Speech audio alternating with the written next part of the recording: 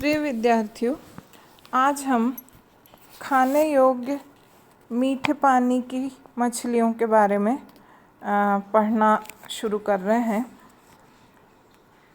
मछली पालन और मत्स्य उद्योग के बारे में आपको इस वर्ष पढ़ना है इस पेपर में। मीठे पानी में पाए जाने वाली मछलियाँ और खारे पानी की मछलियाँ भी बहुत पुरातन काल से मनुष्य के भोजन का एक प्रमुख अंग रही हैं, क्योंकि ये एक प्रोटीन रिच डाइट के रूप में उपयोग में आती रही हैं। प्रोटीन रिच होते हुए भी ये पचने में बड़ी आसान होती हैं और इसलिए पूरी दुनिया में मछलियाँ भोजन का एक प्रमुख अंग बनाती हैं। हमारे देश में भी वेस्ट बंगाल, बिहार, उड़ीसा और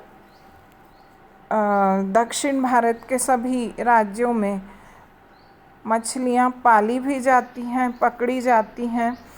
तो मत्स्य आखेट और मत्स्य पालन प्रमुख इंडस्ट्रीज़ हैं या उद्योग हैं और इनका आर्थिक महत्व बहुत ज़्यादा है। बहुत बड़ी संख्या में लोग इस उद्योग में लगे हुए हैं। विदेशों में भी, पूरी दुनिया में विदेशों में भी फ्रेश वाटर फिशेस को बहुत पसंद किया जाता है। अमेरिका में बड़े लेक में से पकड़ी गई या बड़ी लेक्स में पाली गई फिशेस का बहुत क्रेज़ है। मछली के मीट में सबसे ज़्यादा मात्रा पानी की होती है, लगभग 60 से 80% पानी होता है इसमें। 13 से 20% प्रोटीन होता है और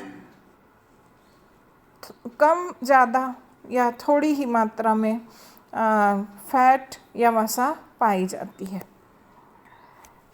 फ्रेश वाटर जो फिशेस हैं उसमें फास्फोरस और विटामिन्स काफ़ी मात्रा में पाए जाते हैं। जब भी फिशेस का आर्थिक महत्व मापा जाता है तो हमेशा ये देखा जाता है कि उनमें ये निम्नलिखित गुण हैं कि नहीं। जैसे फ़िश पालने योग्य है कि नहीं, क्या उसे आसानी से आर्टिफिशियल पॉन्ड्स में पाला जा सकता है, ब्रीड कराया जा सकता है, उनको ग्रो किया जा सकता है। दूसरे, क्या उनके बढ़ने की दर वज़न में भी और साइज़ में भी तेज़ है, कम समय में ज़्यादा वज़न की मछली प्राप्त की जा सकती है या नहीं। तीसरा पॉइंट है, क्या एक ही मछली से काफ़ी मात्रा में एडिबल फ्लैश या मीट प्राप्त हो सकता है या उसमें फेंकने वाले हिस्से ज़्यादा हैं तो वो उपयोगी नहीं होगी। एक ही मछली से काफ़ी मात्रा में मीट मिल रहा है या नहीं, ये भी देखा जाता है। उसका पाचन योग्य गुण कितना ज़्यादा है, जल्दी पच जाती है क्या, और उसकी पोषक क्षमता या पोषण देने की क्षमता कितनी अधिक है, और सबसे महत्वपूर्ण उसका स्वाद कैसा है। अधिकांश लोगों को उसका स्वाद पसंद आता है या नहीं। ये सब गुण जिन मछलियों में पाए जाते हैं वे ही आर्थिक महत्व की होती हैं, उनको ज़्यादा मात्रा में पकड़ा जाता है या पाला जाता है। खाने योग्य फ्रेश वाटर फिशेस में प्रमुख हैं मेजर कार्प्स। मेजर कार्प्स में सबसे पहला नाम है कतला या कॉमनली इसे कतला मछली कहा जाता है।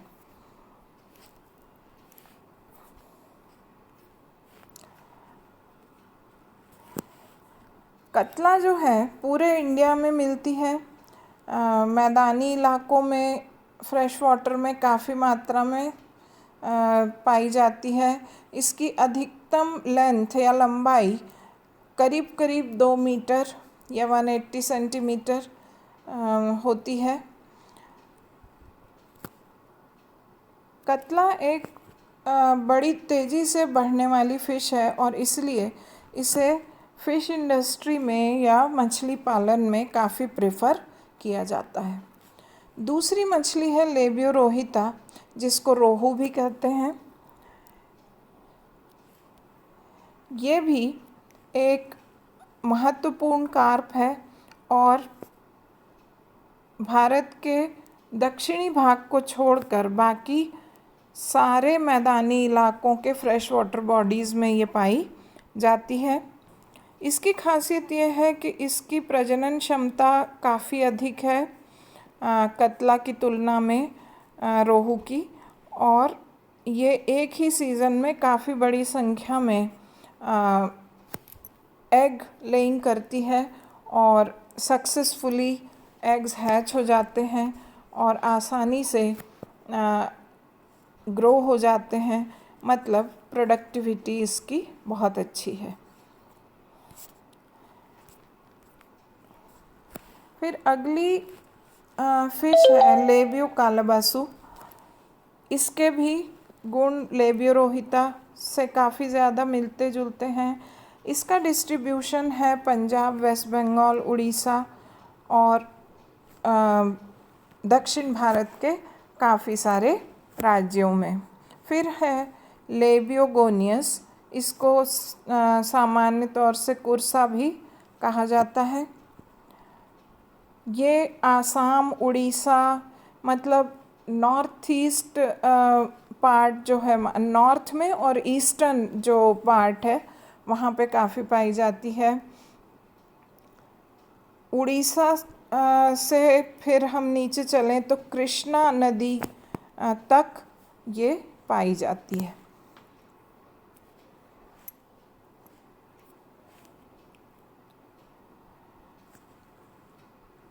फिर हम आते हैं अगली कार्प फिश पर, जो है सिरहाइनस मृगाला, या इसको मृगाला कहा जाता है कॉमनली। यह भी उत्तरी भारत में जैसे पंजाब, वेस्ट बंगाल, उड़ीसा, यहाँ पर काफ़ी मात्रा में मिलती है, काफ़ी खाई जाती है और इसकी हैबिट्स या इसकी क्वालिटीज़ कतला और रोहू से काफ़ी मिलती जुलती हैं। एक और स्पीसीज़ है सिरहाइनस रेबा, इसको कॉमनली रेबा कहा जाता है। तो ये थी कुछ मेजर कार्प्स। अगले वीडियो में हम कैट फिशेस के बारे में जानेंगे।